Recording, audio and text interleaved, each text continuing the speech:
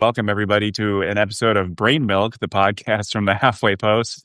I'm Dash MacIntyre. Adrian Polk, you want to introduce yourself a little bit? Anything you want to say? It's been a while since we talked last.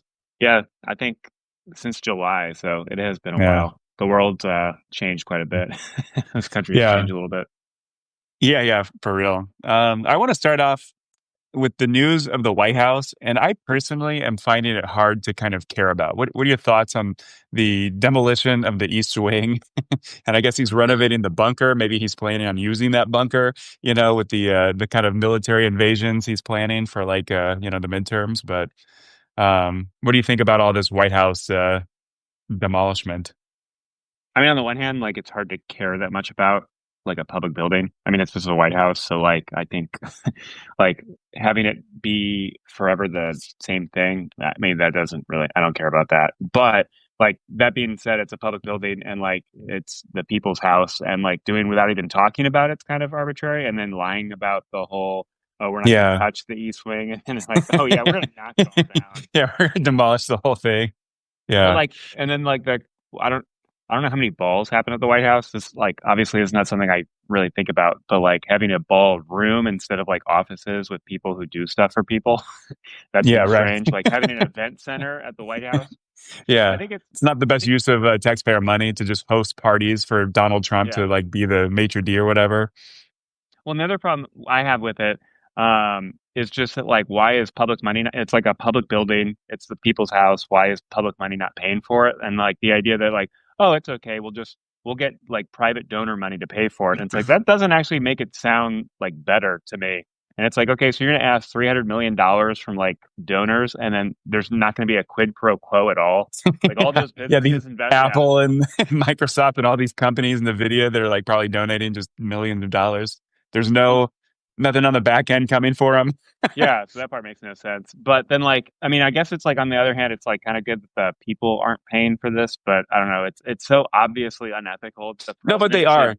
they are paying for it because it's like, okay, Trump is apparently getting the money to build it, but like, what about maintaining it for the rest of eternity, right? Like, how many millions of Yeah, dollars will it be for maintenance of the buildings, for the power, for like the staff that has to like serve and clean up the giant balls that Trump's gonna host? Do you think he's just trying to bring Mar-a-Lago to the White House, and now the White House will be filled with all of the kind of like revelers at Mar-a-Lago, the kind of Mar-a-Lago faced women? And all of the kind of like the brown nosing hangers on. well, it'll definitely be filled with those the hanger on or whatever. But yeah, I don't know. I don't know how many events actually happen at the White House. So like, I don't have any idea on that at all. So I don't know. Do you have any insight? Like, how many events they even plan to have in the ballroom? Well, knowing Trump, that's really all he wants to do. Like he doesn't want really the responsibility parts of being president. He likes all the ceremonial stuff where everyone just sucks up to him and gives him gifts. So I imagine there's gonna be a lot more sucking up and gift giving here at his balls. Yeah, yeah. I More saw someone had a opportunities to good get point. gold bars. Yeah. Gold. I saw somebody had a good point where it's like, were there a lot of trucks like moving everything out of that building? Like, where did all the stuff go? Did they take everything out, like all the art and everything? Or did he just demolish it? Like, how much, I'm curious how much of like the building was salvaged. I have no idea. Again, because I don't actually care about Yeah. public buildings. I have Well, a yeah. Because very somebody surface mentioned on level Twitter, opinion. I saw on Twitter somebody mentioned that like Trump, like with the previous buildings in New York that he demolished, like he like destroyed a bunch of kind of priceless pieces of like artwork of like Art Deco because he didn't want to take the time or the expense to like save it. So he just kind of smashed it all and just destroyed the building faster than he was supposed to, I think. That's kind of weird. Well, it's Like, Donald Trump. like once you get everything like set up and people organized and like the dump trucks coming and like the wrecking ball, you think you'd have some time to just take some stuff out. I would also think it'd have resale value, like sending to like I don't know, another building might pay for it. Trump's kind of Is a it a good showman. thing though? Is it a good thing though that Trump wasn't hawking pieces of the White House to like raise money for Oh yeah, his third presidential term in 2028? yeah. Official portraits of presidents and stuff. I mean, Yeah. Just just sells the Obama one, gets it out of DC. Yeah, I don't know. What do you think? Do you think Trump's like? You think it's like he's on borrowed time and he knows he's going to die soon, and he's just trying to like go as fast as possible to have some kind of mark on DC? Possibly. Like if no, it'll Fingers get the Mount crossed. Rushmore. I think the other thing is weird is like people have talked about how like it's odd that like any individual president who's only going to be there for 3 more years would want to build a giant building that's probably not even going to be done until his last year, if that. And it's like, does that mean he's planning to use it a lot? Like, is he thinking like, oh, I'm so glad for my successors who get to use this beautiful ballroom that I spent 3.5 years watching be made, and Yeah. annoying people while I was working and stuff. I don't know. That's Well, Trump's probably pissed he can't somehow bring like all the pieces of the East Wing to like his presidential library, like he is doing with the plane. Where like ostensibly it's for all future presidents to use. Oh, but I'm taking it and it's going to be like willed to my private library. well, it'd be like unilaterally like taking down the Lincoln Memorial and being like, well, we're done with it. We might as well put it in my presidential library. Yeah, Why don't we swap out the person in it? right. Yeah. Any last thoughts on the White House? I mean, I kind of don't care, and I think it's kind of a distraction of liberals getting upset about that when they should still be just upset and like constantly bringing up the Epstein files, right? Like, isn't that kind of like the stay on target mentality? The thing that like really makes Trump unpopular and is like just really cringily embarrassing and just obvious that they are, holding off on releasing those files for as long as possible. Well, I mean, that's a good point, and it is a distraction, but I don't know. Like having lived on the East Coast for 10 years and like being up and down the Eastern Seaboard with all the old cities, like I don't know how much you've seen, like a lot of people actually care a lot about old buildings. Like when we lived in Philly, there's all kinds of like old buildings in historic registers and stuff, whether it's the city level, the state level, and the federal level. And apparently people care a lot about them because people complain and protest whenever they want to knock down some like 100-year-old building that's like rotting from the inside out. And they're like, oh, it has to be we have to preserve the cultural legacy of the city and stuff. So I understand why people care about it. Uh, as far as being a distraction, I don't know. I think sometimes like literally Trump does 10,000 distractions a day, and like probably not every one of them is a distraction against to hide Not the intentionally, at Epstein least. stuff. Yeah. But yeah, I mean some of them they're not Yeah. seating the congresswoman Now who I've seen some people saying that like the next president, the next Democrat should just knock down this ballroom and put up the East Wing back the way it was. And I think at a certain point, like, is that just really wasteful spending? We're gonna like kind of knock down this petty. brand new building and then make it smaller. And I guess I don't know. You have a good point though. Like for like a public bureaucracy, like you would hope that like there would be a lot of office buildings for people to do like the people's work instead of just all of these executive branch people just kind of uh, patting themselves on the back and big galas that they're going to obviously hold there. Hmm. Yeah, I mean, yeah, I think I've exhausted all my opinions on it. Okay. um, let's see. I had this idea. This is from an Ezra Klein podcast that they were bringing up this point of like, conservatives are so mad and they have so much rage and they hate Democrats so much to the point where like all of these farmers who are having their livelihoods like straight up ruined by Trump and like these tariffs and the dumb trade warring and like the bailout of Argentina that's like, selling all the beef that's out competing our beef exporters. But like, what do you think it is that conservatives are mad at? Like, why are they so mad that, like, from my perspective, they're just kind of voting against their own interests, especially if you live in a rural area, right? Like, Republicans are not really doing anything for you. 75%, of people on Obamacare getting these subsidies are about to run out are living in states that Trump won. Like, I just feel like, what do you think Republicans are so mad about that like their lives are kind of crumbling and they're just voting out of rage in a way that like sometimes you can mistake for like racism or xenophobia or sexism of like the Democratic candidates. Well, I don't know. I guess I would push back on some of the framing, like they're just enraged at life in general. I think I think a lot of people tend to think in terms of like, well, X is happening. It's bad for their pocketbook or their industry that they're in. And I don't think people necessarily care exclusively for their economic interests. They could also be like ignorant of what's going on and how it affects them. They could just be wrong, right? Like a lot of people have ideas about the Federal Reserve, minimum wage, like housing control on the left. There's a lot of economic ideas people have that they're just wrong about. So in that way, I think it's odd because a lot of people like when you have the urban rural divide, like the people who live in rural places and like hate on what they see as like liberal culture. They're like mocking like LA and New York City, and there's a lot of other big cities that are very liberal that are completely different.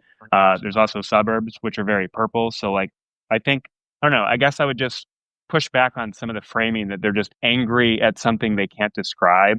Obviously, some of them like hate immigration, even if it doesn't affect them directly in their community. And like we were talking earlier, like even if it would help their community, like you have a big city with tens of thousands of empty homes that no one lives in, like bringing in a couple thousand immigrants would actually improve that. They would buy old houses, they would fix them up, they would start businesses, they would go to businesses and spend money, Yeah, they would have jobs. Like, I guess I didn't explain, but I was talking more of like just the rage of just like the liberal tears kind of mindset, the fuck your feelings, like the MAGA, like go back to where you came from, build the wall, like everything is just so anti like another group of people, and to the point where like as their lives are falling apart, they're just like kind of scapegoating.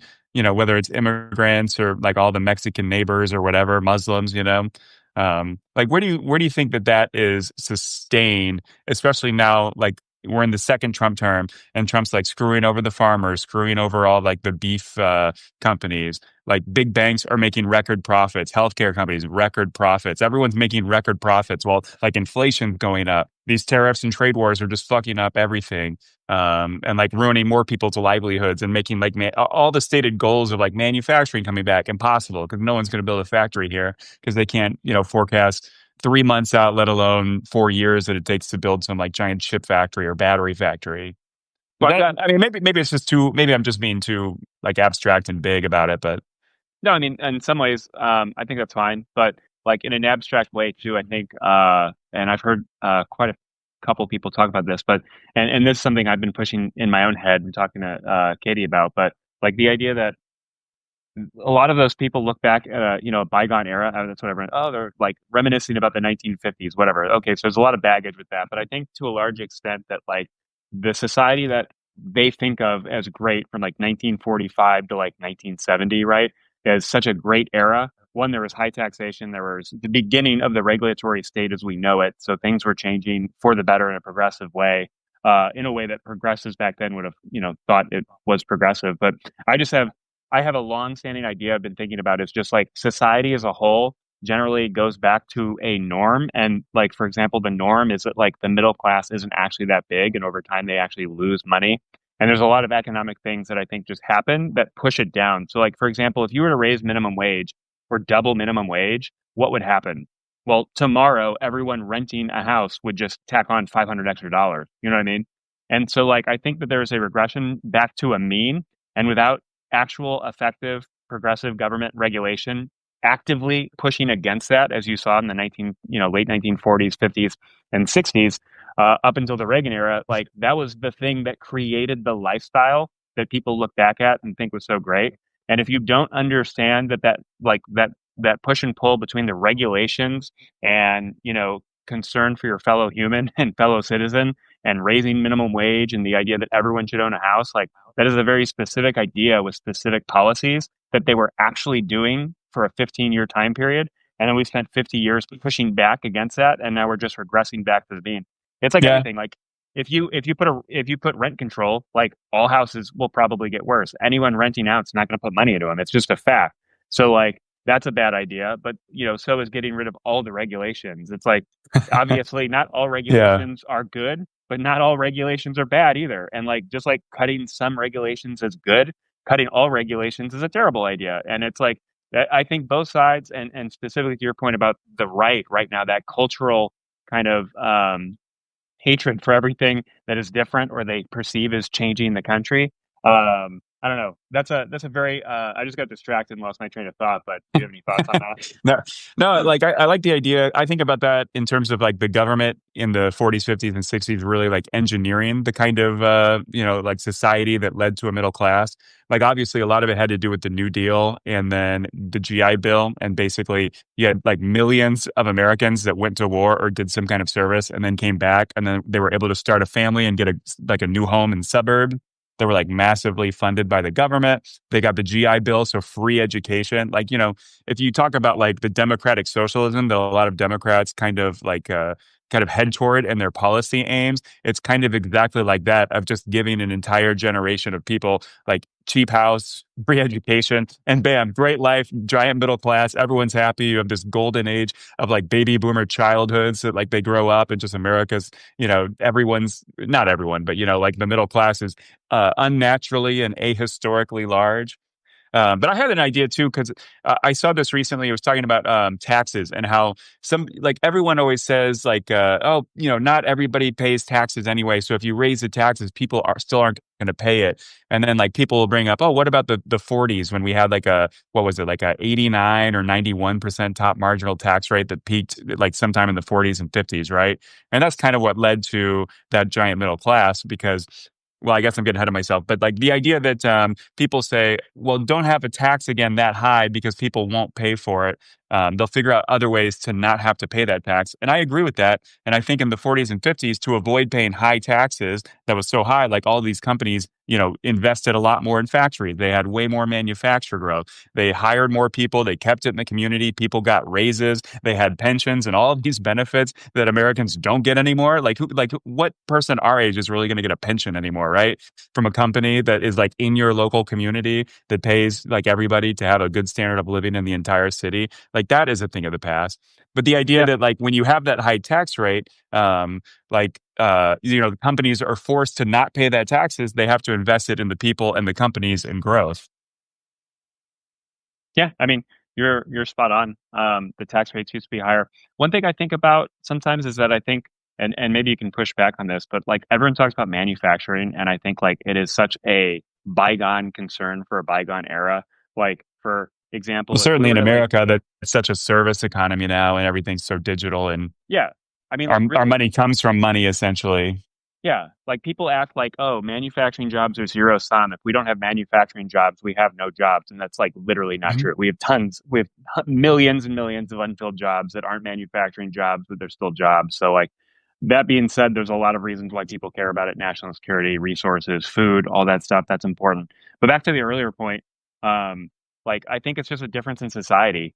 And a cultural difference too. Like the idea that like you don't have publicly traded companies that give pensions to any of their workers. Like, yeah, that's gone. So the other thing is like job security. People in business history talk about South Korea and Japan and Taiwan, and the idea that you just join a company, like they're going to treat you right until you retire with Yeah, them. And right. that wasn't 100% in America in the 60s and 70s, but it was much more closer to a normal than it is now, and probably more than it ever will be without like some serious cultural change. The other thing too is like even well, I would say another big difference, and I think this is kind of funny. Like I saw a case study of uh of all things accounting. So like it's about like long story short, some of the car companies used to give all their workers like healthcare. And then that was easy to do in the 40s and 50s when you got cancer and died and there was nothing they could do for you. But now in the 70s, 80s, and going into the 90s, all these car companies are paying everyone's healthcare, and they're like, "Oh shit, we can't afford this." So then they like had to stop. But that right there is a great example. And what I mean by healthcare, I mean is they were actually paying pensions to their workers and healthcare after you retired. So if you worked for like 40 years for Ford or like GM, they were giving you a pension, and you probably had stock options, which is great, and they were paying your healthcare, unrelated to Medicare and Medicaid. And so like, that's a huge benefit that people used to get and would rely on and expect to some degree, but you're just never like no publicly Yeah, traded right. company is going to give people who retired from the Yeah, company and the healthcare. shareholders would rebel and kick you out if you were the Yeah. CEO trying to do that. Now, like Yeah. that's not fiduciarily responsive to the shareholders. But then I think like even like whether it's Obama, Biden, Trump, like a lot of the things, I think, okay, you're going to do this populist idea. It's going to make people life better for people. And like it will on the margins, and it will for a short period of time. But like all this stuff goes back to a mean. Like, for example, if you put in like, if somehow magically the government passed a regulation that said everybody gets $4 extra an hour, whatever you're paid, $4 extra an hour, like every grocery store would just increase their prices. The next time a restaurant updated their menu, they would up their prices by a quarter or 10%, 20%, whatever. And so over time, obviously you go back to that mean, which is just like, the average person being an average middle class person and struggling to get ahead. And for example, like Thomas Piketty's book Capitalism, it's just like a fact. if you just leave conditions stagnant, like the rich are going to get richer. Like the people with money find ways to make more money, and it is inevitable. So unless you're having a government regulatory policy or tax, progressive taxation system, and basically getting some of that money back, and certainly with like all the new ways people make money, like why aren't we? If you're speculating on crypto, like why don't you pay a 10% capital gains tax? Why don't you pay 20% or 50% or 60%? Like if you're investing in stupid stuff in our tax system, we'll just never incorporate Yeah. anything new. Why would you expect all these rich people who are speculating on stupid shit not to just make tons of money? Like that's just a fact. And then I don't know, to your earlier point about why people are just angry, I feel like that the culture has changed, society has changed in ways that they don't understand. And the way they think about it and the very low hanging fruit that politicians say they'll do and solve everything, like Trump's really good at, like none of those things will actually help it. None of them are systemic changes. None of them will do anything except maybe push the margins in a positive way for someone for a very short period of time. And then I believe, at least my thinking, it'll go and regress back to the mean, right? Like, for example, if we had a bunch of policies that help, some kind of farmer, right? At what point does monetary policy somewhere else or tariffs somewhere else or other countries' trade practices eventually just eat away at it or find some way to compete somewhere else, right? And then at the same time, you have people complaining, why are we giving money to this one industry that employs 600,000 people out of 340 million Americans? Great question. But I don't know. So it's like Yeah. I don't know. It's like Like you the people coal talk about miners are a good example of that. Of like, it's like more exactly. teachers than coal miners, but for some reason, every election, every candidate's got to pander to coal miners. Well, yeah, and then you've got the silly things like, oh, everyone, let's have kids. Kids are so important. Kids are the future. Let's pay all their teachers dog shit and make them have like three jobs. And like Yeah. that's, if you're talking about a society actively trying to make life better for other people, I think there are things you would probably expect to see, like a high marginal tax rate on rich people speculating on stupid shit and giving that money to people doing important jobs like healthcare workers, teachers, and like, Yeah. you like add national security. Okay, let's help poor coal miners in West Virginia and call it national security. I'm not against that. Let's just be real that like we're only helping one segment of the population for very specific political reasons and try to do other things for other Yeah. people as well. It's interesting. I was just reading. I was reading the Wikipedia page about Grover Cleveland, and As one he does. was as one does. Like there was a big thing in some of the elect or in one of his terms as president that people wanted bailouts, and he had this like long answer for why he didn't want to like bail out a certain segment. I think it was like the farmers, and it had to do with like the silver exchange rate because back in that era, like would the dollar would be backed partly by silver and gold together was like the biggest political issue for like several elections kind of. But he wrote this whole thing about how it's like it's not in the public good, and he was kind of like he had some moral personal issues, but he was kind of known for being like super like moral with like the public good and the public bureaucracy and tax dollars. And he was famous as governor of New York for and as president for like vetoing a bunch of stuff where he kind of like helped dismantle the spoils system.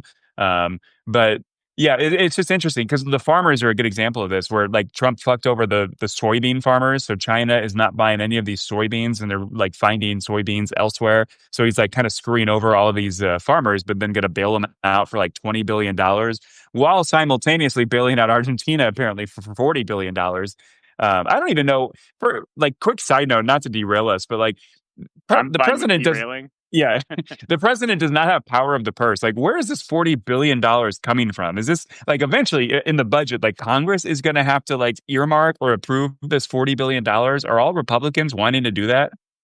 Well, I mean, that would probably fall in the same way of like in the 2009 crisis, the Federal Reserve kind of backstopped some European banks to help the European area. And, people said, is this legal? And it's like not clear that it's not illegal or, That's true. Yeah. so like on that note, like of all the things Trump is doing that's legally dubious, this one, for all, I don't freaking know monetary like law or, any of that. So, but it is weird, right? Because you're basically just saying we're going to pick a country that, for whatever reason, their leader has been coded on our side, which makes no freaking sense. And then, oh, he did everything we said was going to be awesome, and he tanked the economy of his country, so we better bail him out. And it's like I don't know why we're helping fix mistakes of random political leaders in other countries who do like kind of objectively silly things, but Yeah, none of it makes sense. And then that's Well, like the Trump's entire foreign policy is helping Russia after doing things that kind of don't make sense and wrecking themselves, you know. He's kind of going against American values and like helping an obvious, you know, badass ally and potential trading partner and EU member of Ukraine. well, I think American values are shifting a little bit. Yeah. Yeah, but Um, yeah. Anyway, I don't understand why we're doing it. Presumably, it's legal. One would hope. It doesn't make a lot of sense. It's a lot of money. Argentina's like defaulted on every debt they've ever taken out. And it's also yeah. it's weird that we're like deliberately we care so much about tariffs to protect American industries, and we're deliberately trying to prop up an industry in another country with a failing government and a failed economy, just so they can compete more effectively against our own people, which is already a Yeah. very Yeah. very small segmented industry in America. And I'm all for helping. Like I said, I'm all for helping individual groups of Americans as long as we're being honest about what we're doing and why. And it doesn't make sense why we're gonna, I don't know, throw a rock at it from Argentina as we give them our Yeah. money to buy beef. Switching topics, what did you make of the college Republicans Nazi chat? And Yeah, are you surprised at all? And like, what is your response to when they say, "Why does everybody call us Nazis?" what? And then their chat leads is filled with them calling themselves Nazis and like idolizing Hitler. Yeah. I think it's funny because we've talked about this before, but one of the bad things about having like the Trump era for 10 years is now like every Republican who's still going to be around in 2029 has just been festering at Trump for like and so like, whether that's a good thing, bad thing, I would argue that there are some bad aspects of it. Like you have people with no shame publicly saying shitty things and they're obviously doing it in private. But I also like it makes me laugh because it's like congratulations, Republicans. All of the Republican grassroots people from age 20 to 35 are just asshole racist. And every one of them on their phone has group chat after group chat with different Republican groups, and they can all basically ruin each other's like public careers if they want to, or they get hacked, and then like every That's funny. Republican, Yeah, that's a good like, point. Like, cause yeah, like some of the Republicans are getting pissed at the others for like, giving the chats to journalists and kind of blackmailing them or outing them all. yeah, That's some and like good civil warring. I mean, if some of them like decide to run for Congress too, like, that's a great thing. You're right. You're politically motivated. You're politically involved as a high school student, then a college student, then you volunteer in campaigns, and then you're going to run for Congress. And then everyone who's running against you Yeah. has access to the most damning things you've ever said as a, well, and the other thing is weird Talking is about like, gas chambers. yeah. The other thing is like judgment, because I saw somewhere they were pointing out like these aren't 20-year-olds. Like some of these people running these Republican college groups are like up in their mid 30s, and it's like, well, that's the same age Yeah, I am, over and like, 40. Yeah. yeah, I have much more judgment than to just shit post and say. Well, I mean, it's like I think it's funny because it's not something I would ever do. I don't believe. I think it is probably even if you did believe that like Hitler was a good person, like the idea that you would say it to other people is kind of stupid. I don't know. Yeah. I think that because like the World War II generation's really dying off, we're kind of headed for some cultural trouble with the whole Nazi idolization because like, when we were growing up, like everyone's like grandparents went to the war, right? Not everyone, obviously.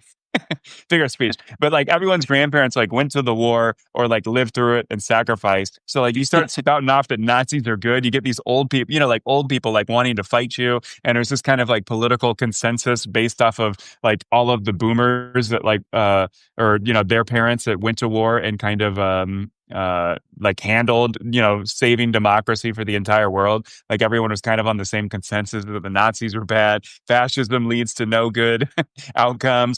World War. Let's try not to have that again. But now we're just like Gen Z, Gen Alpha. It's like a whole generation that just it might as well be the Civil War for us. There's just like no context to the like everyday life anymore. Yeah, it's also like a desensitization to like war, like the fact that 50 million Yeah, people died in World War II, and it was really it was really all Hitler's fault. We can yeah, pretty squarely pin that on him yeah, and no one else. Like yeah. I don't know. What do you think about the claim that people are making that like Churchill was the real villain of World War II? Yeah, well, it begs the question of like why are you arguing this? Like you're the you're the person on the street corner like saying, "Oh, it was really Churchill who's the bad guy," and it's like, first off, why are you saying this? And like I don't know, the I just don't even know what to say. He was a Yeah. democratically elected leader. He helped save Western democracy in Europe. Like, I don't know. Like, that's one of those things, like, it's hard not to imagine that anyone saying anything related to that topic isn't already just like a shit poster who's trying to stir up shit and who's already kind of deluded and clearly doesn't know history. Like, if you're like, a lot of those people try to minimize the Nazis, like, obviously attempt to kill all the Jews, and like, oh, well, they didn't mean to do that. And it's like, well, what's your point by saying that some of them may not have, like, they still killed a lot of people, and like, Yeah. yeah, They're cogs in the machine that like led to 65 million deaths. yeah. And it's also weird, like the idolization of a country we defeated in war and that we Oh my cursed God, on. somebody commented, separate the art from the artist. Yeah. It's kind of funny. Um, I mean, what do you any think about more? that? Like, I don't. It's weird. Like, what else do you say about like people criticizing Churchill as a bad guy, other than you're just an idiot? Like, I don't know. The whitewashing national socialism from like then fascism. I don't know. It's like what a weird hill to die on. And I know like Churchill's kind of or not Churchill, Tucker Carlson, and then people have like that kind of like far creepy right that like are too creepy and weird for even like mainstream like right wing media to really want anything to do with. Like, what are Alex Jones' thoughts on World War II? Yeah. why are they relevant? Yeah. Well, I don't know. Any more thoughts on Hitler, or should we move to the next? No, no more thoughts than Hitler. uh, yeah. What do you think about Democrats' messaging right now? And should they be campaigning more or better? Like, I don't know who. Like, do any Democrats really inspire you right now? No, I mean, I haven't been following like certainly any people who are prepping up for primaries at all. I live in Virginia, so I have a governor's race pretty soon that I'm going to vote for, but that's about all I'm following. As far as messaging, like, I don't think it really matters. Like, I don't know why so many Democrats and political pedants like complain that, oh, Democrats' messaging right now sucks. It's like, what do you expect? It's like a year away from the next election. They have no power. No one wants to hear from the people who just lost elections. Like, that's not helpful. And I don't know. I guess I don't know. It tires me, like, just hearing these complaints about Democrats who have no power. Why aren't you doing more? Or like, what are you going to say other than like, I believe what's happening right now is bad, and if you vote for Democrats in the future, we will undo a lot of this and do something different. Like, that's enough for me. I don't know why it's not enough for more people. Yeah. Like, I'm on board with Right. that. Like, okay, I don't know. What do you think? I mean, yeah, it's interesting being like I think did we talk about this previously? I talked about maybe in another podcast I did, but the idea that like millennial males have like are quite a bit more liberal than the like millennials in general moved right less this last election than like any other group. Um, and Well, I I think don't as know. my I think in my mid 30s, I think I'm at the point where I really don't care what 19-year-old men think. Like, I mean, it's relevant because they vote, but like, well, it's yeah, yeah, hard. yeah. It has to be relevant. You have to think about it because I mean that's what maybe swung the election. I mean, as much as we talk about Democrats sucky and then they lost, like it was like within a percent, wasn't it? Like it was a very close election. It's not like it was a wipeout. You know, Trump biggest win of all time. Like No, so dumb. part of what I'm saying is just like, to some extent, like, okay, 19-year-old men or 18-year-old men are the voters with literally the least developed brains in the country. And it's like, okay, well, in 2029, those 15 million 18, 19, 20, 21-year-olds will be 4 years older, a little smarter, hopefully a little more wise. I hope that just changes how they vote. Does that mean there aren't another bunch of 15 million 17-year-olds and 18, 15-year-olds right now who in 4 years will vote on stupid stuff? I don't know, but I don't know.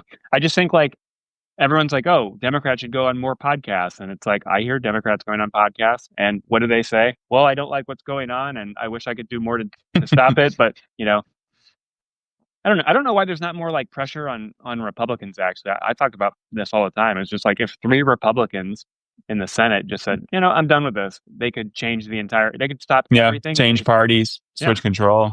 Well, it's not even like change parties. Just be like, I will I guess they'd have to change parties to give control, and I think they're never going to do that. But it's like it's weird to me that like I don't know.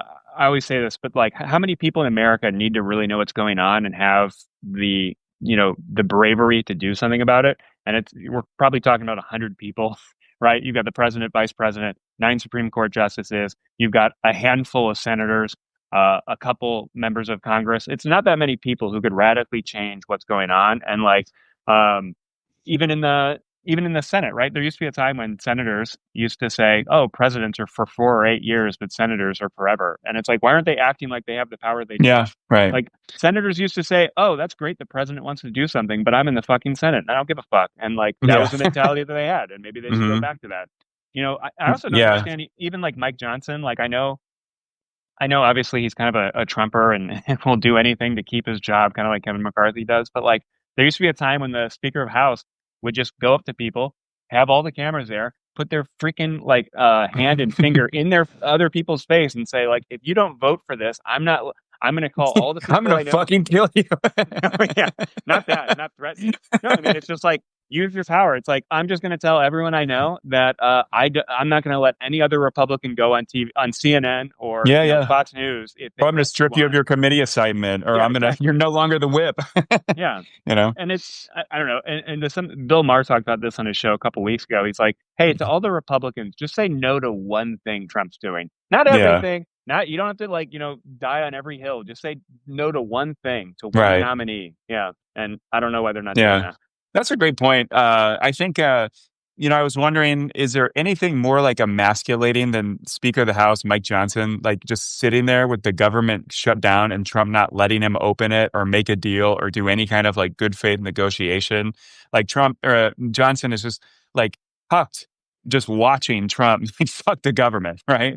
That's pretty, pretty abrasive language, maybe, but I mean, the imagery is right there, right? Yeah. I mean, this just goes back to the like most people don't actually know what the federal government does. Like there's an org chart you can go to, and I said this before, but you can just click on all the agencies, and these agencies don't have that many people, and they do important things. Like for example, there's all kinds of people who do very specific trade deals. There's all kinds of people who do some specific thing with weather, right? There's people who regulate trains and shit, and like it's all very important stuff. And people think, like it's funny. People have this idea that like the government is just filled with bunch of fat people sitting at desks and stuff in some building in DC doing nothing and collecting a paycheck. And it's like, Right. that's literally not how it is. Like, I bet every federal agency is doing way more than anyone even knows. There's a bunch of federal agencies people have never even heard of, let alone know what they do or how it impacts their life. So, like, I mean, I don't know. Just, yeah, I guess I'll defend the, the federal bureaucracy when no one else will. But I mean, I think Well, I it's mean, silly it's very that, true too. Like that, people always compare like, oh, it'll be more efficient if we privatize everything and let private companies. But as we were talking about earlier, like profits in the big banks, the energy companies, pharmaceutical companies, everywhere is thriving. There are record-breaking profits despite how much pain like regular Americans are constantly reporting that they're feeling. But like the government works at cost, has a transparent pay structure that's like legally set into law by Congress. Like all of these things are very visible, right? Compared to a private company where you don't see anything except maybe like quarterly filings on like, if they're a public company or something. You have all of these middlemen that all want raises and like are basically extracting as much money from the good or service as they possibly can, up to the CEO that is like racing other CEOs to become a billionaire. And so like all the people that shit on the government for being like just, like you said, like lazy people with like doing no actual work all day, just push like maybe pushing a pen, but really just collecting a paycheck. Like that is so the opposite. And like at what point has the government ever been like so funded where people are like, yeah, we need less like teachers. We need less VA doctors. We're just flooded with all these useless VA doctors doing nothing. We Congress gave us too much money and too much staff. We need to send some of them away or fire them. Like when does that happen, right? well, that's a good point. And it also, yeah, that's 100% right. And I will say it's also an infantile way of looking at the government anyway. So we have the government shut down ostensibly because we don't need them, right? So that's a stupid idea. But then like the infantile way of looking at it is like, okay, then why don't you like actually do some work, figure out what agencies have hundreds of people sitting around doing nothing, and why don't you cut them? Why like I don't like having the government shut down and be like, well, this is good enough. And it's like, why don't you do something about it and find the agencies you don't like or aren't, like, have an actual political conversation about something? Why don't you actually pass a budget or, make a recommendation to Congress to cut something? And I bet Yeah. this Congress would do it for you. Like, They did kind of try to do that with Doge, but I mean, isn't ultimately what we found with Doge that they just like recklessly took a wrecking ball through the government and then figured out, oh shit, we fired all these people that like we actually need because they are monitoring diseases in Africa. They're like doing all the things that make like society not collapse, right?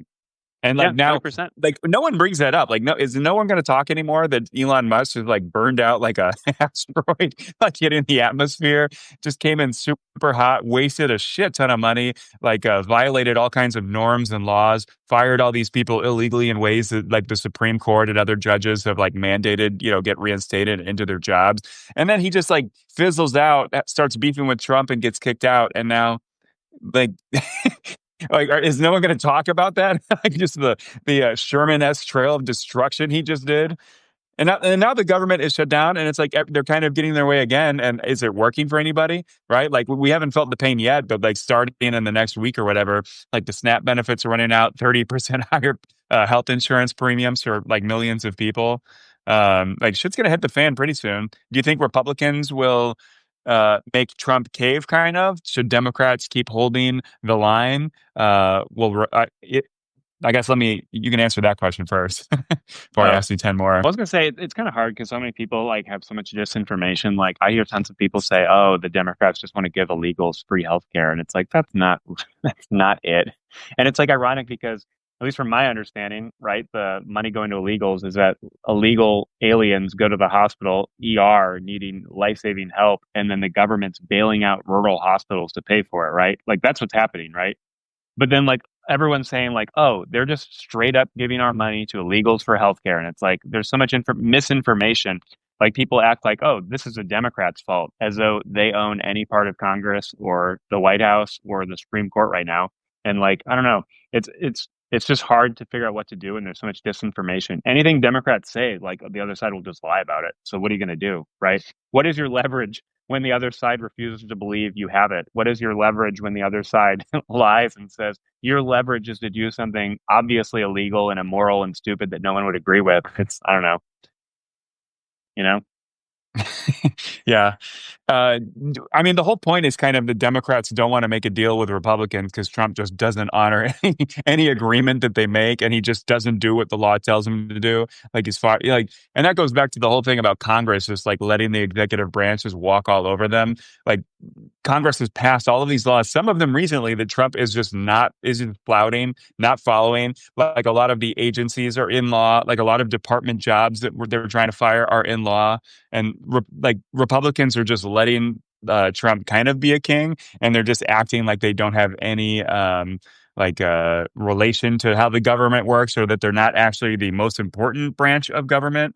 I love your point that, like, yeah, it'd be so nice if all of a sudden Republican senators are just like, fuck Trump. These tariffs have nothing to do with the Constitution. That's our power of the purse. Fuck him, you know? Well, and if they're going to be like cowardly, why don't they go to the Republicans who were just elected this year and say, hey, I'm not going to be up for an election until after 2 years after Trump leaves. Like, I will burn this place down to the ground and Yeah. stand up for my values and what I think is good for America. And it's like, I don't like they could at least hide behind people with plausible deniability or at least some leeway to like, not have to worry about the consequences for 5.5 years, which is such a long time.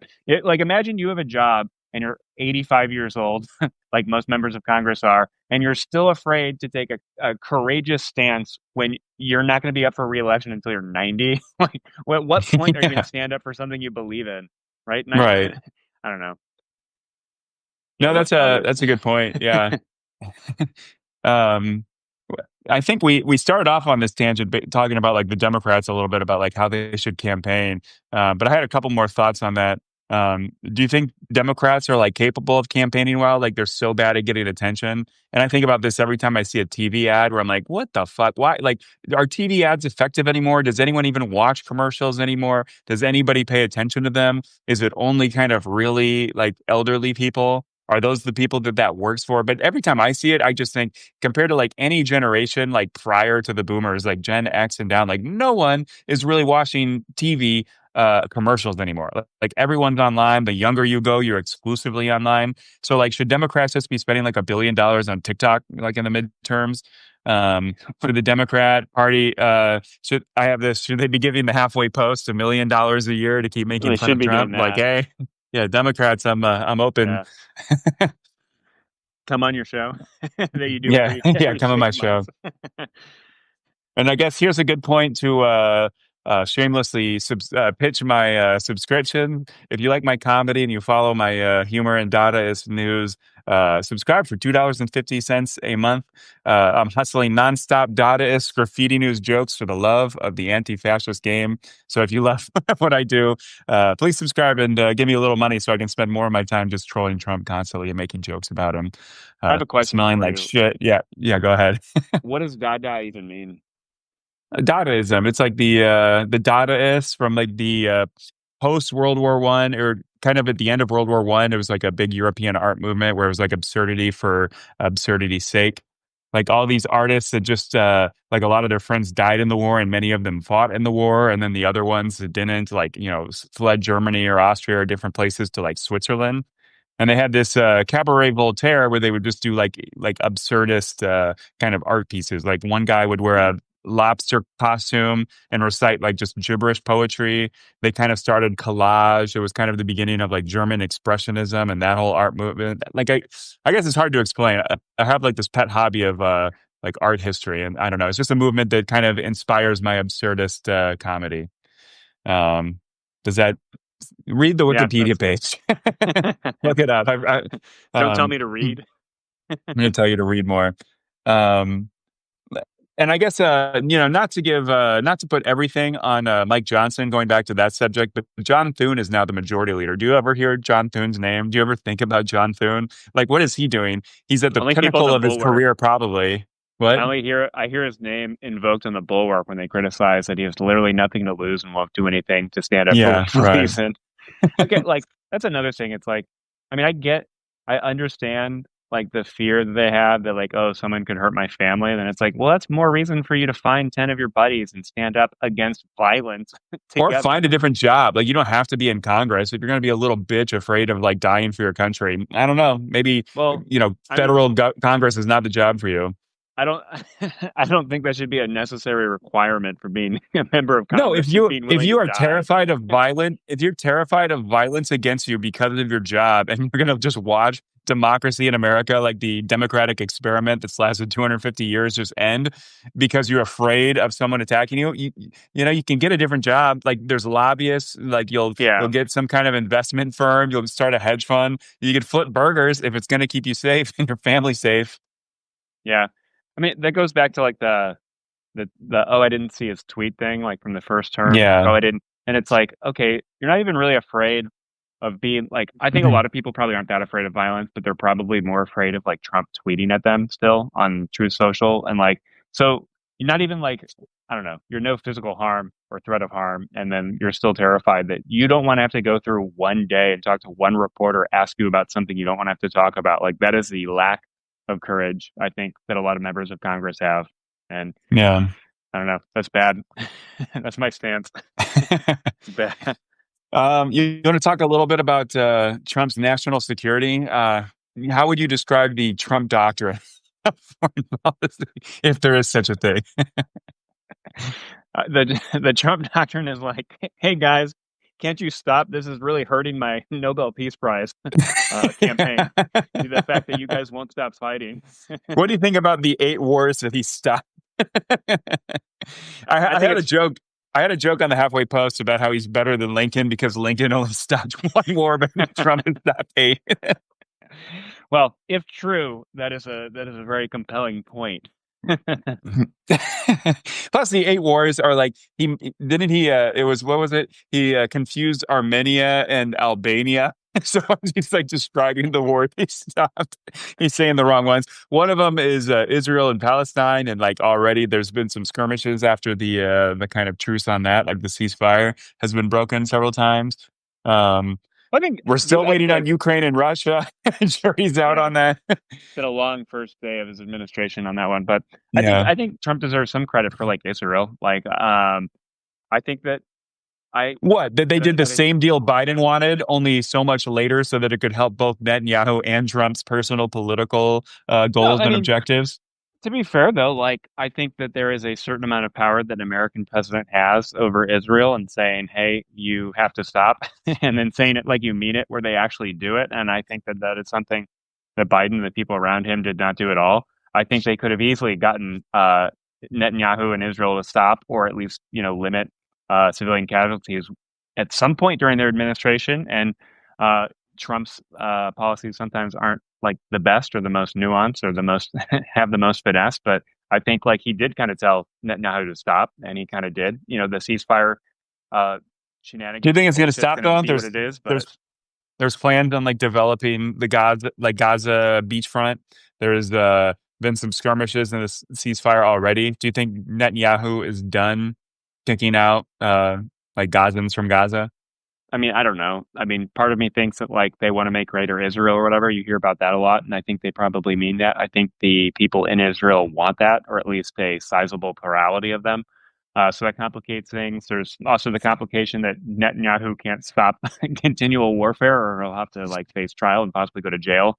Uh, the other thing is it is a inherently tricky situation, and I think they've probably exacerbated things way worse than they were 3 years ago, obviously. And I think there's going to be a lingering feud that Palestinians have against Israelis and vice versa for for the next generation or two. So I don't know. I think I don't know. Maybe you disagree, but I would cut Trump some slack on this. He's at least strong armed Israel into being a little more serious about stopping the war. In a way that Biden clearly failed at, and I think that Netanyahu and Israel is more likely to listen to Trump than they were Biden or someone else. So I don't like the fact that like the American government now has no desire to give a shit about any Palestinians anywhere. That's not good. Like I think I think clearing like ethnic cleansing to make like real estate and hotels on the Mediterranean coast and taking that land from Gazans is a terrible thing. But like it's such a shitty, tricky, complicated, historically like convoluted problem. I don't know. I don't know what to do. Like, where do you even put blame? Like, if you were to say what is the Well, one or two or three don't you think things, Israel killed way more people and did was way more genocidal than they had to be? Like, oh isn't it pretty yeah, alarmingly destructive and violent and like bad faith, yeah. overhanded reaction? No, I mean I've said that before. I mean the rules of engagement that they exercised from the beginning of the war to the end is completely unethical, immoral, and was wrong. And it was also tactically stupid, I think, for the most part. It was also not helpful to getting their own hostages back. But what I was alluding to was kind of defending kind of what Trump is doing. In that I think that Trump is trying as hard as maybe he can. I think he's actually ironically done more than Biden and his team were able to, and I think that's more positive, right? So I wasn't saying anything about that other stuff. I just a small defense of Trump, I guess, in this way. All right. Do you agree? Disagree? No, I mean, think I probably disagree a little bit. Like, I think Trump, like, giving him the benefit of the doubt on that is kind of absurd. Like, I just think Trump has no attention to details. Like, is it Wickoff that's going around and he's not doing, Wickoff's like way in over his head doing this. Like, just the entire Trump administration. Like, he only wants it's so obvious, it's so surface level that he really just wants the Nobel Peace Prize. And like this is the one conflict that might actually get him it. But like Jared Kushner going around there doing who knows what because he's not a real government official at all. He's not even nominally in the Trump administration anymore. But he's just going around and he's in on all these talks and he's got all these investments from the Saudis. And like I just think whatever deal Trump is possibly pulling off is just going to open up so many more headaches for future presidents that have to deal with the ramifications of totally selling out the Palestinians, like just overlooking their like the wanton like Yeah. death and murder and razing of all these buildings, and like they're just going to be a displaced people, and if Saudi Arabia and Egypt aren't going to take them and don't want to have like refugee camps, they're just getting now a smaller sliver of Gaza, which was already like a giant open air prison essentially, with the blockade and like the wall and everything with Israel. No, it's completely horrible. I think And No, it's you bad make a for Jews everywhere. I mean, it's no, terrible for absolutely. Israel. Like, the Western world is like, calling them like war criminals and like, sanctioning them in a way of like apartheid South Africa. Like Jews everywhere have to answer for this. Zionism is like a Yep. thing that like is like just tarring and feathering every Jew, especially the Jews that don't give a shit about Israel, hate Netanyahu, hate what Israel, like what their country or, I guess their homeland in theory has done to the Palestinian people. And obviously it like invalidates the decades of, oh, two-state solution that everyone like, pretended to give a shit about. No, I mean, I agree. I think that that's a problem with like, I think the expectation that one president is going to magically fix the situation beyond just telling Israel the war's over and to stop, I think is probably a pipe dream. I think I think a lot of the problems stem from obviously the fact that the Hamas did a terrible terrorist attack and then Israel went apeshit on them. And I think both, I don't know, it's I think it's such a complicated situation. I guess I was just trying to give a small uh, kudo to Trump for basically trying to end the Yeah, I war guess. in In a way terms of that I everything think, Trump's fucking up, like that's not the worst thing he's done. yeah, I mean, I think to some extent, if an American president really wants to, have Israel stop doing something, I think they can do it. And I think the fact that a Biden administration did not, and Trump isn't doing a perfect thing either. I mean, there's still conflict, Yeah. kind of What do you think simmering. about Biden's effort? Like now, all these months later, totally missed opportunity, a swing and a whiff. Were they being too protective of Netanyahu and they kind of enabled all this terrible behavior and didn't really have any stick, just kind of carrots that Israel never gave a shit about? Well, I mean, I think I think saying that Biden enabled it is probably way too much an indictment on him than he deserves. I don't think like the Biden administration was like specifically or explicitly or implicitly enabling this. I think that they did not want to be in a position of just telling Israel and their government to do something they obviously didn't want to do and forcing their hand and basically Yeah, cutting right. off all. I don't know. That goes back to the power thing, right? In my opinion, if you're the president and you are probably the only individual in the world capable of telling a country like Israel to stop needlessly killing tens of thousands of civilians, I think that you probably have some kind of moral imperative to get them to stop. And that does not say that Hamas was not obviously deserving of being drone striked, but I don't think hundreds of thousands of Palestinians had to die as well. So I don't know. I just think it's a power thing, and the lack of using power in the Biden administration's case was probably a huge failure. Yeah. And having the war go on for what was it, October 23, so 24, so for a year and a half of their administration, when I believe they probably had the power to stop or at least kind of wash America. Like that was our taxpayer money, our military weapons, our Hmm. assistance to their military. Like that was the American people helping in a little way, and that's uncomfortable and unfortunate when we could have put a stop to it.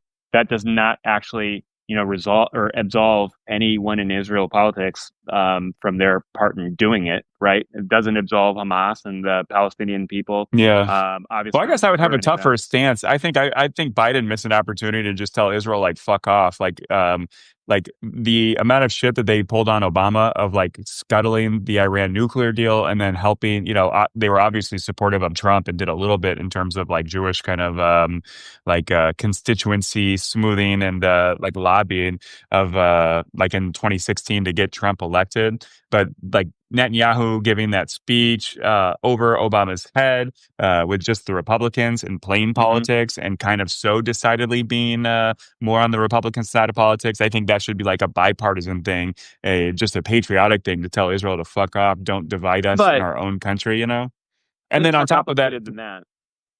well, obviously, yeah, like who knows what we owe Israel, like what they've done for us in the Middle East, like how much we've coordinated with them on our like anti-terror activities all around the region. Like obviously, I don't know what I don't know, but in terms of like foreign policy, like how much do liberals have to like eat shit with Israeli governments, like Netanyahu specifically, getting more and more overtly partisan within our internal domestic politics, on top of getting so much aid for us to screw over the American reputation around the world, and especially in the Southern Hemisphere, of just like totally subjugating and then brutally oppressing the Palestinians and No, I or mean I that's a guess the good question. Gazans specifically. Yeah, that's a good question. You're obviously tarred by the people you associate with and how you associate with them. Obviously, Israel's become kind of a pariah. Like you said, that's terrible for Right. Israel, Israelis, Jews all over the world. That being said, like, I think, I don't know. I mean, some degree of a war was inevitable. I think Israel could have gone about it very differently, and they could have tried a little harder to protect well, they could have done a billion things differently to protect civilian Hmm. life. I think it's unconscionable what they were doing. Um, I think Biden probably, or yeah, I think Biden spent a little too much time giving Israel a blank check, and saying like, "Oh, whoa, don't don't do what we did in Iraq," and he could have just said, "You fucking won't do what we did in Iraq," and Yeah. then have that be that, and then similarly, like there's obviously wasted and lost political alternatives to the world we live in, where had we not done something, had Israel not gone in and flattened like most of the Gaza Strip and killed tons of people. Now every family's probably got like multiple members who have been maimed or hurt or killed by Israel, and they're probably going to always hate Jews for the rest of their lives and stuff. And after October 7th, they could have gone about it in a very different way and try to get some support or goodwill towards the Palestinian people, but still meet the objectives of basically going after the Hamas leadership and taking them out, imprisoning them, killing them, and creating some kind of political solution. Which probably won't be a two-state solution given Netanyahu being in power, but it would probably be Yeah. more would be better than. I mean, another thing is like how much money has Israel spent? How many like weeks and months have their people who have been fighting the war been away from their jobs and families and stuff? How has it affected Israeli society? And then that's to whatever that answer is, obviously pales in comparison to what's happened to Palestinians. So the idea that like anything about this situation is good. Is probably impossible to justify saying, other than like, I think it's good that after all of that, Trump is at least now starting to say, like, Israel, you have to end the war. I mean, it's a little silly and childish that Trump's doing that because he wants an award, right? Like, He wants like his a gold star. participation award. Yeah, I mean, it's like Yeah. stupid, but but at the end of the day, it's like if if you could end the war, if you were like the Nobel like Peace Prize committee and you could end the war in Ukraine today by giving Putin the Nobel Peace Prize, like is that something you'd be willing to do? Would you like I don't know. I guess it's a moral philosophical question more than anything else. Yeah, right. What do you, is it, speaking of philosophical situations, what do you make of Venezuela and Trump bombing these fishing boats with no due process? And allegedly there's CIA action going on, and Trump just decided to move a carrier down over toward Venezuela. What do you think about this potential regime change, war starting conflict? Yeah, having and having served the idea that you would just kill people without any evidence whatsoever they did anything wrong, let alone did crime, Well, they're not even committed the crime of prosecuting. drug They had trafficking. like two survivors, and they're Yeah, just letting them go home. Like, if yeah, they're such criminals, there's no detaining going on. There's no arresting and prosecuting. Like, there must just be very flimsy evidence that they don't want to have a judge like actually go through and look at the rationale or the legal you know uh, evidence that they're using to just kill people with no due process. yeah. I mean, it's I don't know what you can say other than it is clearly illegal by our own laws. It is highly Hmm. immoral and unethical. You're literally just killing people because you can, so it's kind of sadistic. You don't care about it, so that's even more sadistic. And then you're bragging about what a good job you're doing, so that's like three times as Yeah. sadistic. And And it's a like, paradox because he wants to be known for stopping all these wars, but he's going to start a war in Venezuela. yeah, it doesn't make sense. Like none of it Yeah. does. Um, let's see. Russia and Ukraine. Ukraine really seems to be kind of doing pretty well. They're like drone wall. I keep seeing videos on the drone wall that's like really effective. And now I just saw a report that like the like Russian troops are basically like having to like walk on foot like 30 kilometers to get to the front line. And there's like the whole time they're just being like preyed upon by drones. But like once they get to the front line position, like they're relatively safe. But then like when they do their missions and have to walk back, it's like even more deadly. What do you make of all that? Are you becoming more hawkish on or bullish on Ukraine's chances to kind of kick Russia out of a lot of their territory? I mean, kick out? No. I think at this point of the war, I think the idea that They're Ukraine, taking more cities and villages, or they're maybe not cities, but they're definitely reconquering a bunch of villages right now. Yeah, but at this point in the war, while they're building up the capability to shoot missiles and drones further and further into Russian territory and make Russian people feel it, at least like by blowing up oil refineries and stuff, I think. I mean, it's like you don't. Do you want to be the military commander that like 6 months before the war ends, like sends like 40,000 people to go die taking back some village that's been blown up by the Russians, and they have to walk through minefields to get there, and the land's useless because it's been, there's dead Russian Yeah, bodies that's a good everywhere. point. There's thousands of like I think that's bad. I think it's probably not a good idea for Ukraine, which is obviously cares about their people, to sacrifice them, taking land back that's unusable, and that to some extent, like okay, so if I mean, it's really just attrition warfare at this point, and the Ukrainians are doing everything they can to kill as many Russians as they can to make it untenable. It is unfortunate that the Putin government doesn't actually care about the plight of poor people and people dying in war every day, so that he can feel big and strong that a couple square meters on a map is the color of Russia and not Ukraine. So it's really stupid.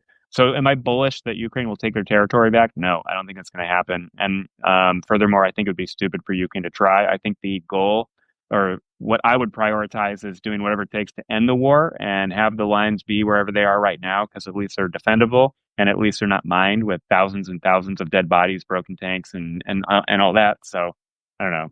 I'm bullish that Ukraine won't be taken over by Russia, and I think that's good for Yeah. you. Europe's like actually spending more on their military, and they're procuring and buying stuff that they can actually support Ukraine. And I think they are becoming all in trying to protect Ukraine after the war. And I think the other thing is just economic, that like the minute the war ends, you're going to get billions and billions and billions of dollars flowing into Ukraine to make a modern democracy and a modern state that is a bulwark against Russia, with like the third, fourth biggest army in the world, probably the second, third most battle tested army in the world currently. And there'll be a bulwark against future Russian aggression. And I think it's going to really be to Russia's huge disadvantage that they started this war in 15 years, more than Hmm. anything else. So, I mean, that's another Yeah. thing. It's like that goes back to the power thing, right? Does Trump have the power to say, like Putin, if you don't end the war in 2 weeks, and it's on you to figure out how you save your own goddamn face, because I don't give a fuck. I'm going to do this. I'm going to do this. I'm going to do this. You're not going to use nuclear weapons. I know you're lying. You're just going to end the war. You get the territory. We're not going to recognize it for 40 years or something. This is a pipe dream, obviously, but like it goes back to the power thing. How do you get another country to just stop? And it's like I think America has all kinds of ways.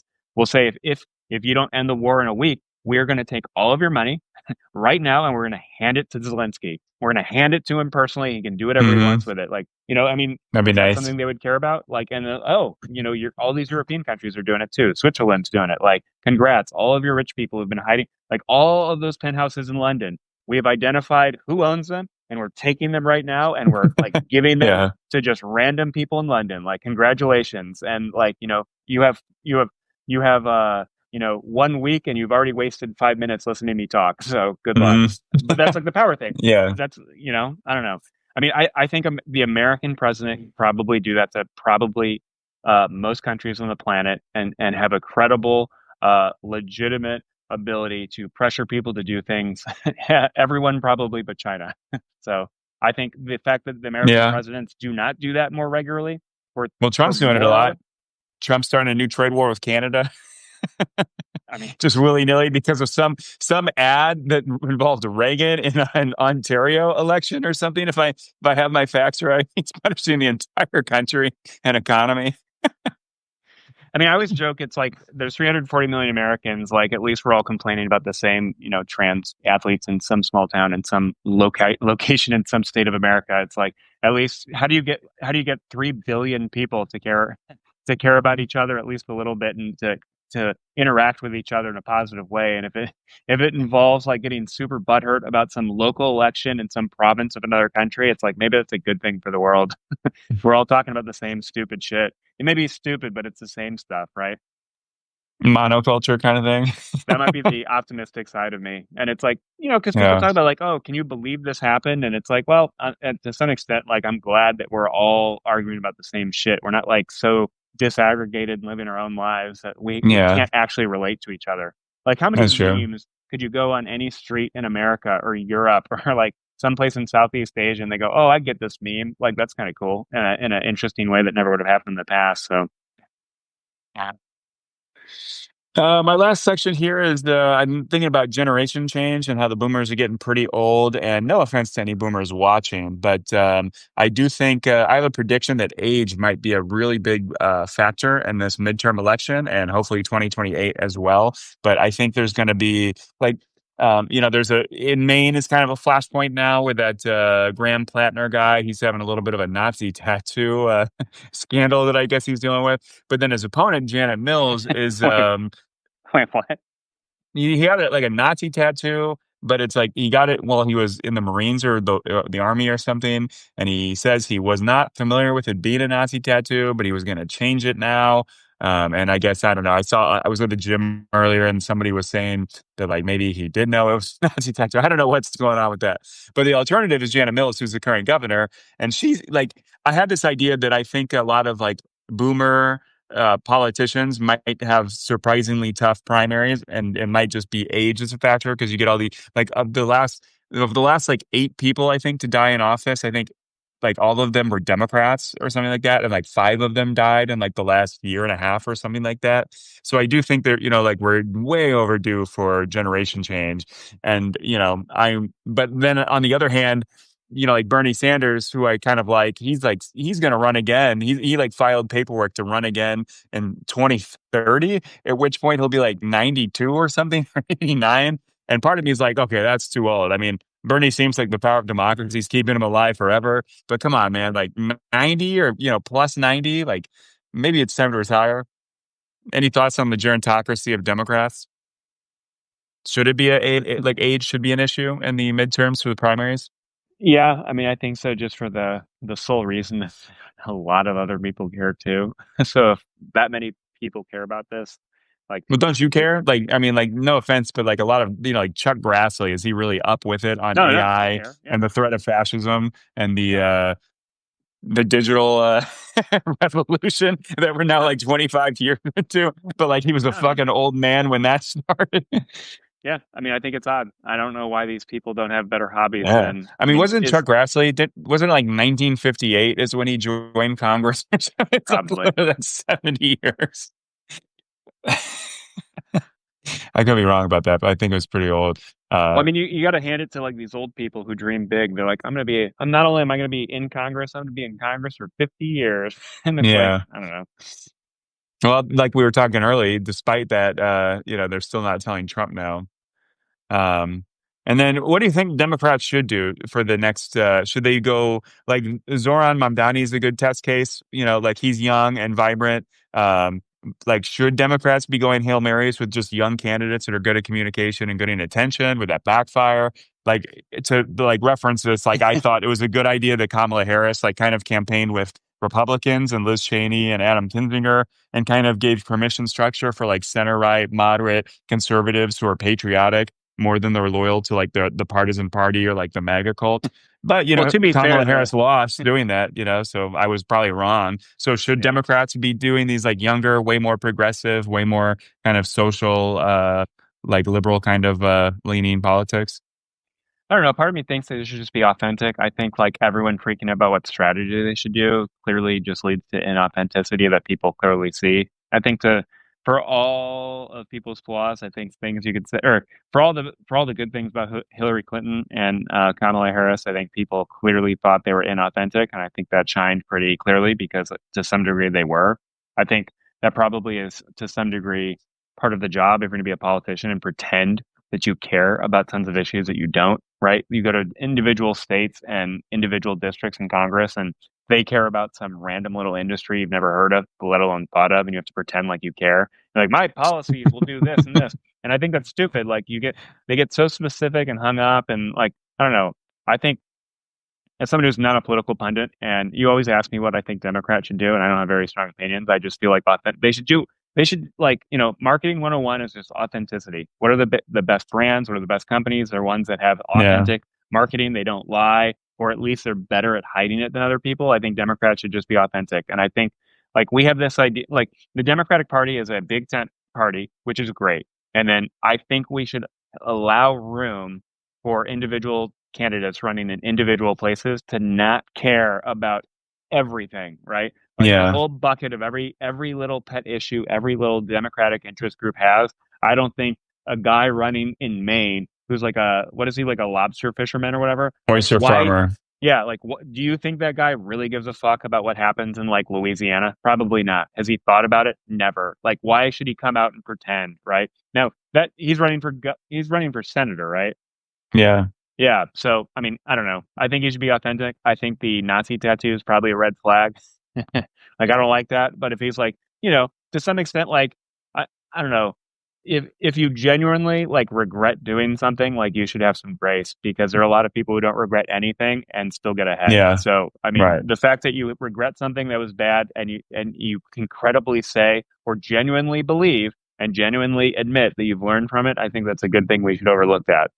I think a lot of people have talked about that, like, you know, for there used to be a bunch of Democratic Catholics who were against abortion. Like, that's great. They were Democrats in Congress. They don't exist Yeah, I think anymore. about You this know what I so mean? much with Joe Manchin. Like Democrats were so upset with Joe Manchin, but like Joe Manchin had a Democratic vote and had a Democratic majority thanks to that one vote. I Yeah. would much rather have Joe like 100 Joe Manchins in rural red states than have no Democrats and no Democratic majority. Yeah. And I don't know. It's weird. There's an asymmetry too, where like authenticity on the right means like, oh, I literally text all my friends about how I love Hitler. And authenticity on the left is like, hey, I'm a little uncomfortable with this tiny little issue, but I care about everything else that's progressive. And it's like, Yeah, it's so right. weird. Yeah. I don't know. Do you have Uh, strong advice for the Democratic Party? Like, it's a common yeah, I mean, question, but it's like, I'm not really a yeah. political pundit. And Well, do they're you just do you like, even consider yourself Democrat? Like, I feel like I am more as like the Democrats are just underwhelming and not doing. Like I feel like with my satire, I come up with all kinds of great ideas like Democrats should be doing, like insults to call Trump, ideas to bring up, trollish, pedantic things you can do to just annoy them in the same ways they annoy. Like Stephen Miller just trolls all of America, and like Steve Bannon, and like even prank ideas and protest ideas. But it's like why like I'm just like kind of a small kind of nobody. Like, why is the Democratic Party not constantly messaging and coming up with fun, creative ways to get attention, troll Trump, do things in public?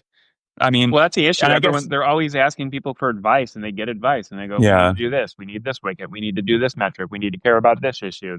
There's 4,000 yeah, Democrats in some tiny little suburb of this town and they care about this one issue. We have to pretend like we care. And like, we've talked about this before. I think Democrats should just be like the party of states' rights again, in that, like, we're not undoing constitutional amendments to protect people, but like, if there's a school issue, like maybe like why give a crap so much about what schools do in Mississippi, right? Or Alabama? Like, why should the Democratic Party and Democratic interest groups break their back about improving education in some tiny little area of Oklahoma? That makes no sense to me, especially if you're going to lose elections. And like the same thing with like, I don't know, the school's a big one for me because then it gets into like the whole trans thing and like, why can't that be a local level decision? Why can't companies have it just as long as you're not trampling on people's constitutional rights? Like, why can't more things just be done at the state level? And I think that like both sides right now just want a strong Democratic or Republican like dictator president to just magically solve all their problems, and it's never going to happen because no president can just do everything they want. Maybe I mean I could be wrong in a year and a half and this could age very poorly.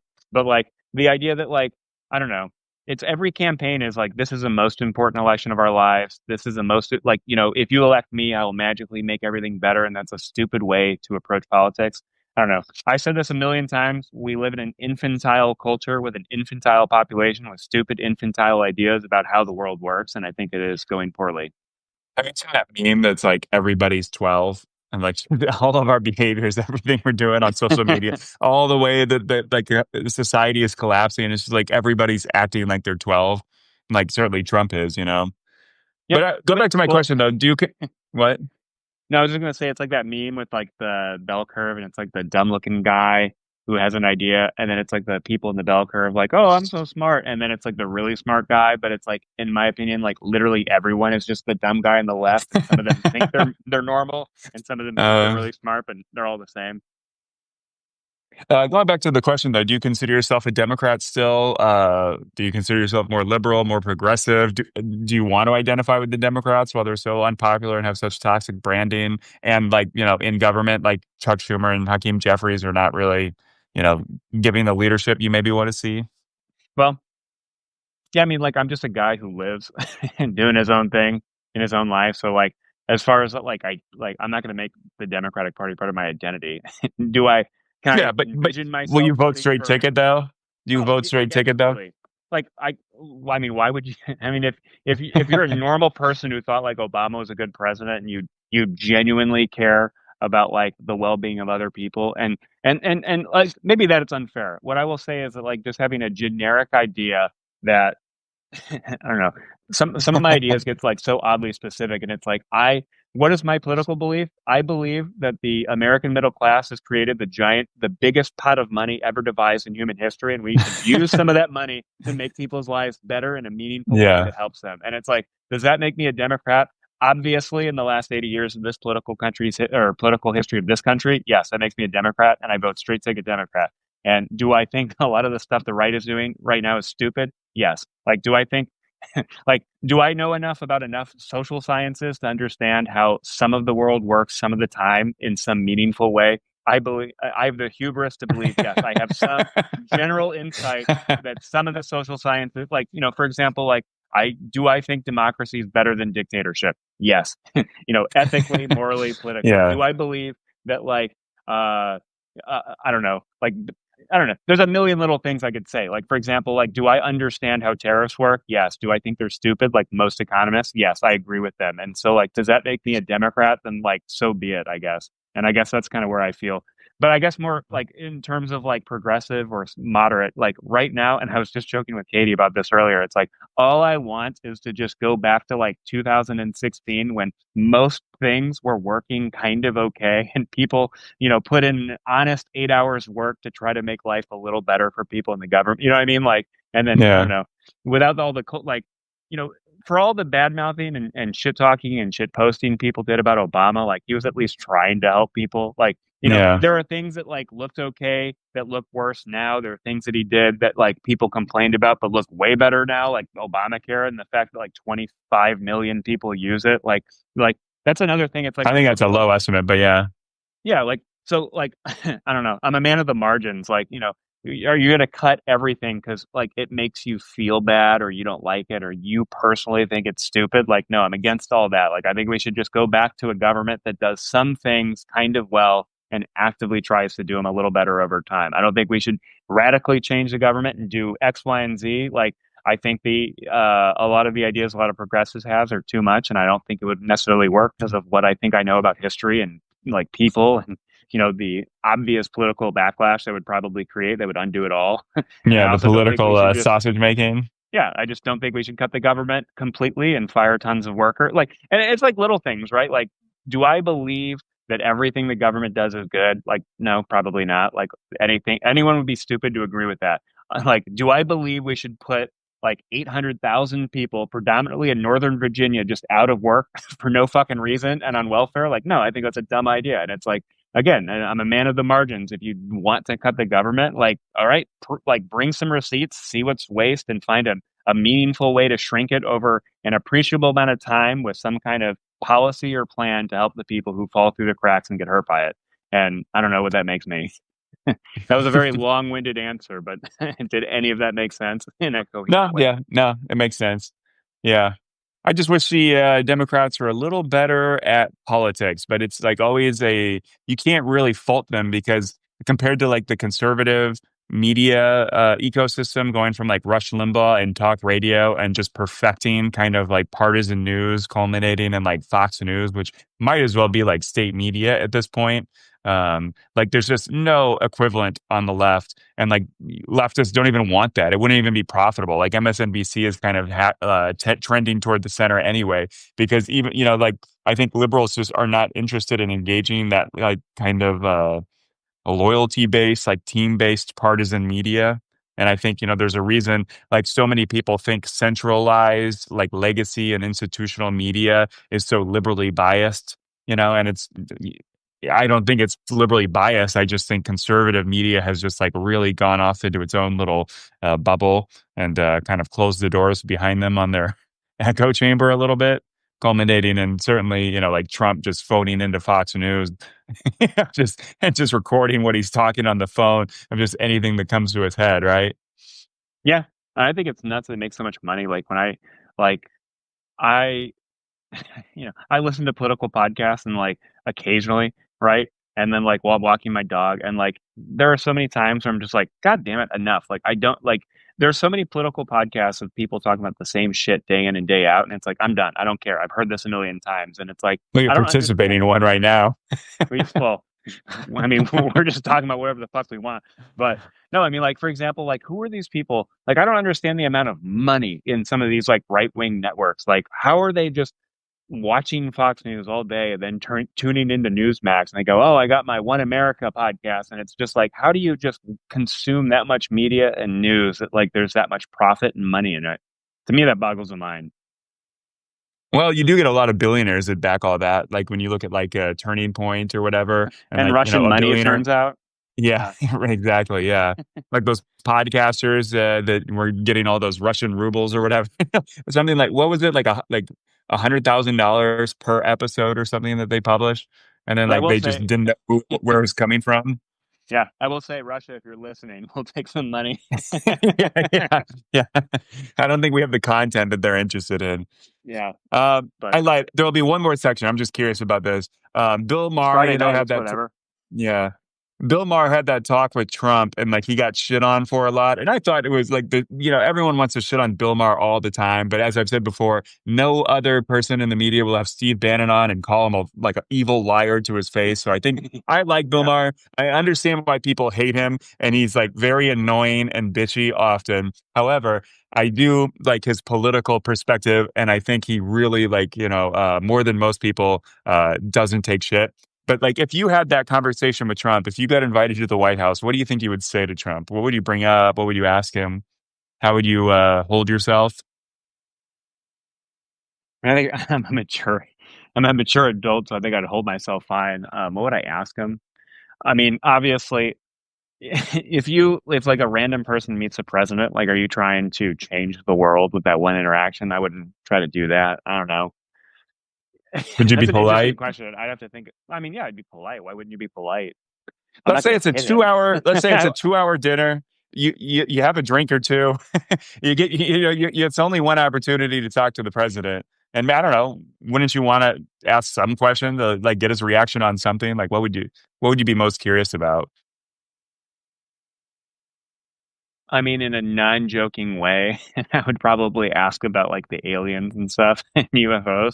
Like if I had Yeah. one opportunity just to see, like, but I mean, the problem is like he's been asked a lot of questions and like you kind of know what he's going to answer. So like, I don't know what I would do. I'm not, I don't know. I mean, give me time to think, I guess. What would you, what would you say? I don't know. I see. I feel like I'm a less mature person. I would be a little immature, and I would probably ask a question that like ends the dinner pretty fast or something. But I don't know. Like, what would be the first question that I would ask him of just like kind of really shooting the shit if he like came on the podcast or something? Um, it might it might have to be like I don't know. Maybe the orange makeup. Like, would that be impolite to be like, dude? Just What's a like little, the clown? Yeah, yeah. Like, oh, sorry, you missed a spot. Your ear is an entirely different color. Or like, but why would you do that? Like, does that make you feel good? yes, it would to embarrass him or make him cringe. I don't know. I guess I'd have to really think about it because yeah, like if you're actually in the room, it would be you'd obviously be awed by like you're in the White House, I guess, and it is the president. Um, I don't know. I guess would he know that all the shit like I write the halfway post and Oh yeah, you'd all the never be shit I invited. write about him constantly? They'd have to have a Um, they'd have a pretty low background check to Yeah, let that's you true. speak. Yeah. I Yeah. think I might be maybe one of the biggest Trump trolls in the entire world. I don't know. At this point, would you say so? Like just like literally like probably like 6 tweets a day on average about him personally. How many Two followers do you books. have now? I don't know, like Twitter is like 95,000, I think I just hit. I got like 30,000. on Substack, maybe 40, somewhere in there. Um, Threads, I'm at like 30,000. That's a lot of people. Yeah. I don't know. I just I'm great. Now's a good time to plug again. $2.50. Become a paying subscriber to my Substack. Help me do this full time. I am starting to pay a good number of bills with the $2.50 I charge. And I think that's a great price. That is cheaper than a cup of coffee for a month's worth of humor and Trump trolling and poop jokes. I went really viral actually recently. The last 2 days, I went really viral with some tweets about how the crews, demolishing the East Wing, severed a sewer line, and flooded the White House grounds with pooping urine, and it got like over a million, like almost like 1.5 million views as of right now, I think. And wow, then, like, of course, other people like copy and paste my tweet, and it goes viral for them too. So that's congrats for funny. them. That's pretty But cool. yeah, I'm starting to get actually like You're no like literally shit posting. You're a literal shit poster. literal shit poster. It's funny because I'm starting to like almost become on like a first name basis with like a couple Snopes editors where they'll just like message me on social media, be like, any comment about this one that went really viral? So that's kind of That's really funny. cool. Yeah, Yeah. that's awesome. 8 years of work, finally making a little bit of waves. Any last thoughts? I think that's it for me. We've been an hour and a half. Yeah, I don't know. You prepare a little more than I do. Yeah, it shows. You get my Um, authentic hot takes. yeah. Well, thanks for listening, everybody, to an episode of Brain Milk hosted by the Halfway Cafe. I'm Dash MacIntyre. Florida man ruins White House. That's a good way to end it. Yep. Florida man did ruin White House. He's actually turning the White House into a Florida house, which is sadly Yep. converting it into Mar-a-Lago, one renovation at a time. Thanks for listening, everybody. I'm Dash MacIntyre. Do you want to say Adrian anything? Polk. All right. No, I have See you, nothing to everybody. plug. Have a great weekend. Check out the Halfway Post and the Halfway Cafe. See ya.